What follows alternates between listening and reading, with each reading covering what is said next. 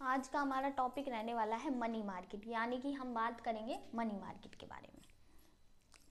तो हमारी जो इकोनॉमी है, यानी कि हमारी जो ये अर्थव्यवस्था है, इसमें दो तरीके के लोग रहते हैं। एक तो वो है जिनके पास बहुत ज़्यादा पैसा है, मतलब ज़रूरत से ज़्यादा पैसा है, और दूसरे वो है जिनके पास पैसे है ही नहीं। हमारी जो इकोनॉमी है उसमें क्या हो रहा है कि जो लोग अमीर है वो अमीर बनते ही जा रहे, और जो गरीब है ना वो बेचारे गरीब ही है।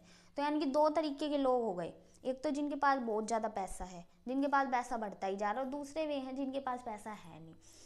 तो इन दोनों तरीके के लोगों के बीच में, यानी कि एक मनी वाले लोग हैं जिनके पास पैसा है, दूसरे के पास नो मनी, ठीक है।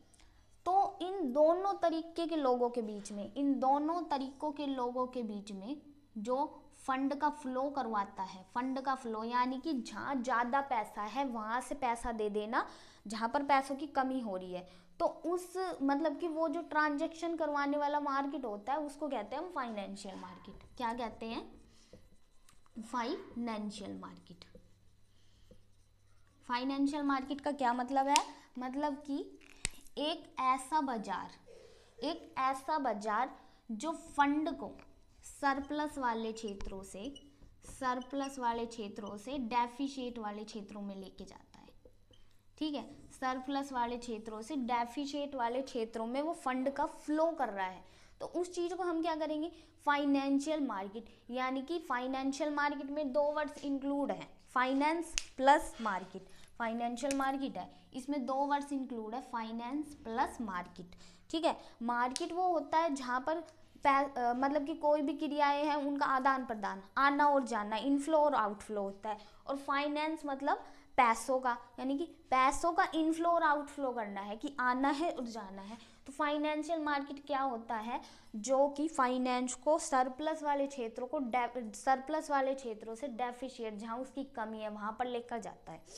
तो अब जो ये फाइनेंशियल मार्केट है ये दो टाइप्स का होता है, टू टाइप्स का होता है, ठीक है। एक आता है हमारा कैपिटल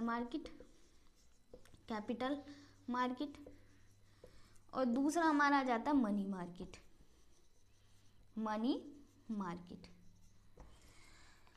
अब जो कैपिटल मार्केट उस मार्केट को कहते हैं पूंजी बाजार। पूंजी मतलब कि ये लॉन्ग टर्म की बात कर रहा है, पैसों के लॉन्ग टर्म की बारे में, ठीक है। कैपिटल मार्केट बात करेगा लॉन्ग टर्म ट्रांजैक्शंस के बारे में, लॉन्ग टर्म के बारे में।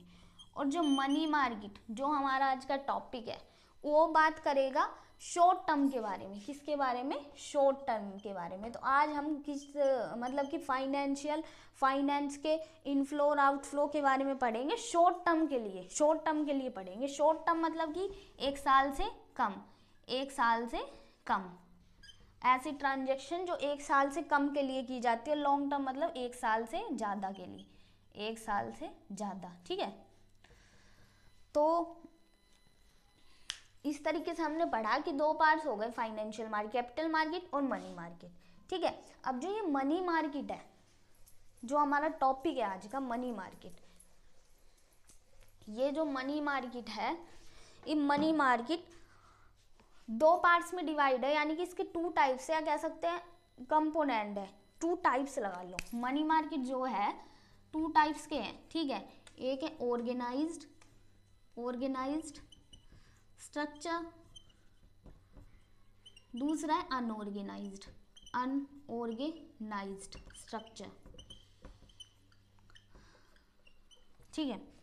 ऑर्गेनाइज्ड स्ट्रक्चर मतलब कि ऐसी चीजें जो ऑर्गेनाइज होगी, यानी कि ऑर्गेनाइज स्ट्रक्चर में एक ऐसा संगठन या एक ऐसा इंस्टीट्यूट होगा जो इसमें ट्रांजैक्शन होएगी ना शॉर्ट टर्म में, उनकी आगे से मतलब कि रिकॉर्ड करेगा, उस पर अपनी पॉलिसीज देगा, उस पर अपनी रेट बताता रहेगा, कि मतलब कि उन पर कंट्रोल करने के लिए एक हायर अथॉरिटी होती है। यानी कि ऑर्गेनाइज स्ट्रक्चर जो है वो आरबीआई के अंडर रहकर काम करते हैं। आरबीआई से किसी भी रेट के फॉलो आते हैं कि क्या रेट रहेगी किस चीज़ की, कैसे आपको पैसे देने हैं, उधार कैसे देना है, ठीक है। तो वो तो ऑर्गेनाइज स्ट्रक्चर में तो आरबीआई के थ्रू चलते हैं। और अनऑर्गेनाइज्ड स्ट्रक्चर का मतलब होता है इन पर कंट्रोल करने वाला कोई इंस्टीट्यूट या कोई भी संस्था, कोई कुछ नहीं होता, ठीक है। नो इंस्टीट्यूट, ठीक है। मार्केट, मनी मार्केट का मतलब है सिंपली, मार्केट का मतलब लगा लो उधार दे रहे हो, आप उधार दे रहे हो। तो ऑर्गेनाइज में तो आप उधार दोगे जो आपके ऊपर से हाई अथॉरिटी जो आपको ऑर्डर दे रही है ना, उस अकॉर्डिंग, कि भाई जो रेट मार्केट में चल रही है वो आगे से जो आरबीआई ऑर्डर देगा उस रेट पर। और जो अनऑर्गेनाइज स्ट्रक्चर है ना, ये अपने आप चलता है, थोड़ी बहुत अप डाउन ये रख सकता है, इसमें इसको किसी के अंडर रहकर काम नहीं करना पड़ता, ठीक है। अनऑर्गेनाइज का मतलब ये है, मतलब कि जब भी हमें पैसों की जरूरत है, हमें उधार लेना है, हमें उधार लेना है, तो हम क्या करेंगे, अपने जो अड़ोसी पड़ोसी रिश्तेदार भाई वगैरह उनसे पैसे ले रहे हैं, उनसे उधार ले रहे हैं, ठीक है, वो तो है अनऑर्गेनाइज। उस चीज़ को कोई ऑर्गेनाइज करने वाला थोड़ी ना है। और ऑर्गेनाइज का मतलब है जब हम बैंकों से लोन ले रहे हैं, बैंक से लोन ले रहे हैं, तो बैंक की तो एक फिक्स % होती है, तो उसको हम कह देते हैं ऑर्गेनाइज स्ट्रक्चर, बैंकों से लोन लेना, ठीक है। तो अब ये जो